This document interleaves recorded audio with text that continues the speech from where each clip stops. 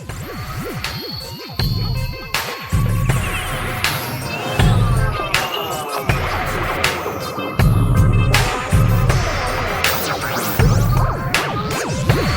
दोस्तों, welcome to coding casually.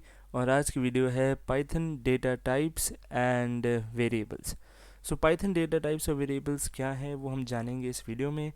और हम ऑल्सो ये भी जानेंगे कि ग्लोबल वेरिएबल्स क्या होते हैं और लोकल वेरिएबल्स क्या होते हैं। तो मैं अभी जुपिटर नोटबुक्स खोलूँगा। मेरी जुपिटर नोटबुक पहले से खुली हुई है। अगर आपके पास जुपिटर नोटबुक नहीं है तो आप इसको इंस्टॉल कर सकते हैं। और अगर आपके पास और कोई आईडी है जिस पे आप कोड करते हैं तो उस पर भी ये काम करेगा। तो पहले हम चेक करेंगे कि कितने टाइप के डेटा टाइप्स होते हैं पाइथन में। तो हम पहले एक डिक्लेयर करेंगे वेरिएबल जिसका नाम है ए, और हम लिखेंगे इसके आगे 17। इसका मतलब ये वेरिएबल इंटीजर है। हम लिखेंगे बी और इसके आगे लिखेंगे कोडिंग, तो ये वेरिएबल एक स्ट्रिंग टाइप का हो जाएगा। अगर हम सी लिखते हैं और इसके आगे लिखते हैं ट्रू, तो ये वेरिएबल एक बूलियन टाइप का हो जाएगा। और अगर हम डी के आगे लिखते हैं 4.0, तो ये वेरिएबल फ्लोट वैल्यू हो जाएगा। अगर आप चेक करना चाहते हैं कि ये वाकई में वही है जो मैं बता रहा हूँ, तो आप लिख सकते हैं टाइप, जो बताएगा किस टाइप का है ये। और अगर मैं इसमें ए लिखता हूँ और अगर मैं रन करता हूँ कोड को, तो ये बताएगा कि ये इंटीजर है। सिमिलरली अगर आप ये बी के लिए करते हैं तो ये आपको बताएगा कि ये स्ट्रिंग है। अगर आप ये सी के लिए करते हैं तो आपको ये बताएगा कि ये बूलियन है। और अगर आप ये डी के लिए करते हैं तो आपको ये बताएगा कि ये फ्लोट वैल्यू है।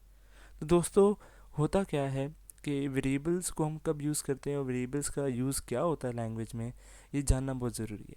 आप वेरिएबल्स को एक बॉक्स की तरह मान सकते हैं जिसमें एक सेम टाइप की चीज़ें डालते हैं। जैसे जैसे आपके पास कोई भी पैकेज आता है, आप कोशिश करते हैं कि उसको एक हिसाब से सेगमेंट कर दें बॉक्स में।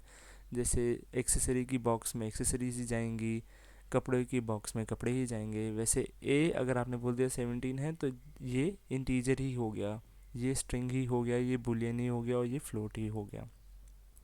और कौन से डेटा टाइप्स होते हैं हमारे पास, या हम और किस तरीके से इनको यूज़ कर सकते हैं। एक और डेटा टाइप जिसको कहते हैं लिस्ट, हम उसको कैसे बना सकते हैं। हम कह सकते हैं कि माय और नेम्स, और अगर हम लिख दें इसके आगे ऐसे दो ब्रैकेट और लिख दें कि कोडिंग, और दूसरे का नाम है नॉट कोडिंग, और तीसरे का नाम है थिंकिंग ऑफ कोडिंग।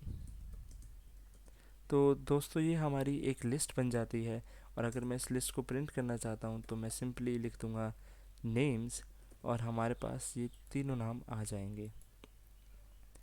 और अगर मैं इसका टाइप चेक करना चाहूँगा तो आपको पता चल जाएगा दोस्तों कि ये लिस्ट है। मैं टाइप लिख रहा हूँ इसके आगे और चेक करते हैं कि ये लिस्ट है या नहीं, और इससे पता चलेगा कि ये लिस्ट है। दोस्तों, हम एक और डेटा टाइप बना सकते हैं, वो है लिस्ट के अलावा जिसको कहते हैं टपल। इस टपल और लिस्ट में फ़र्क क्या होता है दोस्तों, ये इस पर सिंपली हम ब्रैकेट ओपन और ब्रैकेट क्लोज करते हैं, और इसमें भी हम सिमिलरली कुछ भी चीज़ डाल सकते हैं। बट जैसे आप लिस्ट में ऐड कर सकते हैं, टपल में ऐड नहीं कर सकते कुछ भी। तो मैं अगर इसमें कुछ ऐड करने की कोशिश करूँगा, और मैं आपको दिखाऊंगा कि ऐड कर सकते हैं या नहीं। तो जैसे मैं टपल में टपल ए कर लेते हैं, और इसको अगर मैं प्रिंट करता हूँ यहाँ पे, तो आपको पता चल जाएगा दोस्तों ये एक टपल टाइप का है। और अगर मैं इसमें कुछ ऐड करने की कोशिश करूँ तो वो मैं नहीं कर पाऊँगा। तो अगर मैं लिखता हूँ टपल ई ए डॉट अपेंड, और कुछ भी अपेंड करने की कोशिश करूँगा, तो ये मुझे एक एरर दे देगा। पर सिमिलरली अगर मैं इसको नेम्स में अगर मैं अपेंड करने की कोशिश करूँगा तो मुझे एरर नहीं आएगी। और अगर मैं इसको प्रिंट करता हूँ, जो हमारी नेम्स हैं, अगर मैं उसको प्रिंट करता हूँ तो हमारे पास एक एक्स्ट्रा वैल्यू आएगी जो कि 12 एन में। दोस्तों, लिस्ट के अंदर आप कोई भी किसी भी डेटा टाइप को डाल सकते हो, ज़रूरी नहीं कि सब एक टाइप के होंगे। टपल में भी यही है, सब में यही है। जैसे टपल में अगर मैं आपको एक 1 ऐड करके दिखाता हूँ और मैं इसको प्रिंट करने की कोशिश करूँगा, तो आप देखेंगे दोस्तों सब प्रिंट होता है, और कोई भी डेटा टाइप आप इसमें डाल सकते हैं। सिमिलरली एक और डेटा टाइप होता है जिसका नाम है डिक्शनरी। जैसे अब मैं कोई सपोज़ करो मैं एक लोगों के बारे में डिक्शनरी बनाना चाहता हूँ, और इसका नाम रहता है %dict। और अगर मैं इसमें ब्रैकेट कर्ली ब्रेसेस ऑन करता हूँ, ओपन करता हूँ और इसमें लिखता हूँ कि कोडिंग और लिखता हूँ वेरी गुड, और मैं इसको प्रिंट करने की कोशिश करता हूँ, तो दोस्तों मेरे पास आएगा कोडिंग और वेरी गुड।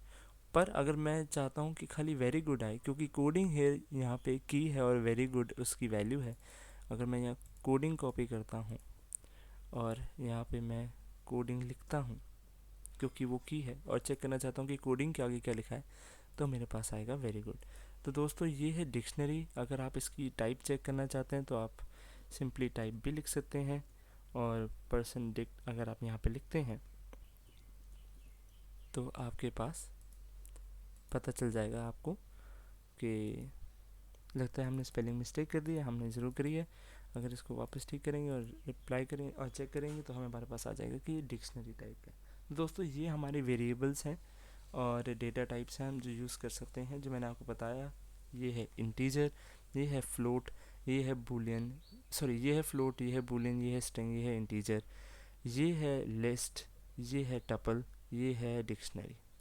तो दोस्तों मैं अगर आपको एक ग्लोबल वेरिएबल और लोकल वेरिएबल का भी एग्जांपल देना चाहता था, वो ऐसे है कि अगर मैं बोलता हूँ, इस ए को ही यूज़ कर लेंगे हम, मैं लिखता हूँ मल्टीप्लाई और ब्रैकेट ओपन करता हूँ, ब्रैकेट क्लोज करता हूँ और लिखता हूँ प्रिंट a इंटू 10।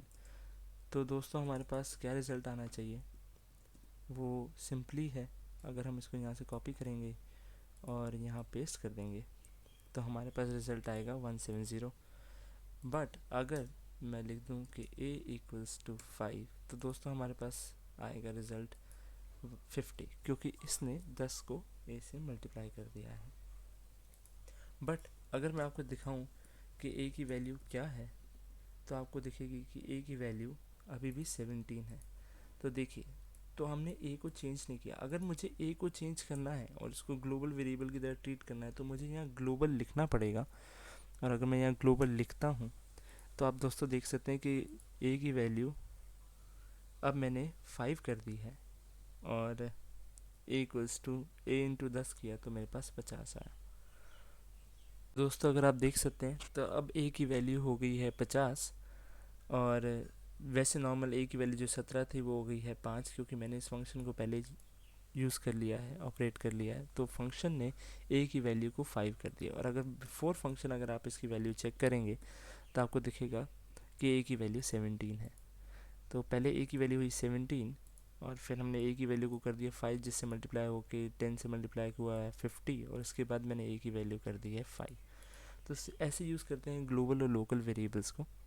अगर आपको वीडियो अच्छी लगी तो प्लीज़ लाइक का बटन दबाएं और प्लीज़ सब्सक्राइब करें इस चैनल को।